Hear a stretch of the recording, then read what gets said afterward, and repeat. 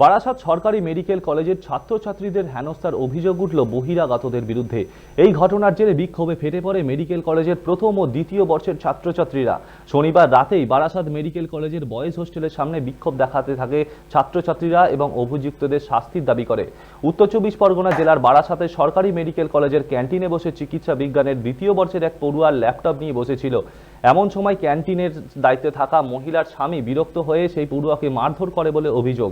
আর এর জেরেই বিক্ষোভে ফেটে পড়ে সরকারি মেডিকেল কলেজের প্রথম ও দ্বিতীয় বর্ষের ছাত্রছাত্রীরা। রাতেই বারাসাত মেডিকেল কলেজের বয়েজ হোস্টেলের সামনে বিক্ষোভ দেখাতে থাকে তারা। বিক্ষোভকারীদের দাবি, অভিযুক্তদের গ্রেপ্তার না করা হলে রবিবার সকাল থেকে বৃহত্তর আন্দোলনের পথে হাঁটবে তারা।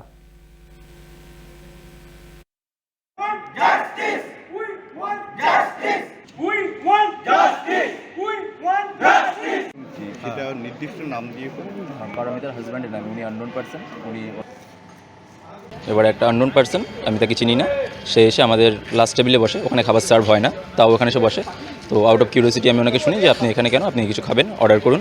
তো উনি বলেন যে ওয়াই শুড আনসার ইউ, এটা পাবলিক ক্যান্টিন, আমি বসে থাকতেই পারি। তো আমি বললাম এটা পাবলিক ক্যান্টিন নয়, এটা শুধুমাত্র এমবিবিএস স্টুডেন্টদের জন্য। এমবিবিএস ফ্যাটার্নিটি, ডক্টর ফ্যাটার্নিটির কেউ সেখানে বসতে পারে, আপনার পক্ষে নয়। উনি বলেন তোমার জায়গার কেন, কমপ্লেন করো, কিছু করার নেই। বাইরের লোক কি অ্যালাউ আছে ওখানে? না, সর্বভাবে না।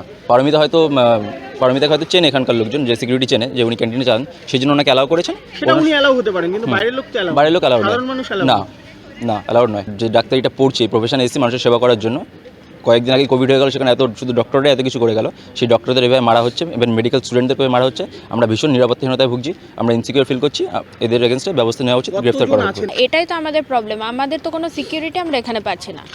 তাহলে এটা আমাদের সাথেও হতে পারে, যখন ক্যান্টিনের মধ্যে ঢুকে হচ্ছে, তাহলে আমাদের সাথেও এটা সমানভাবে হতে পারে।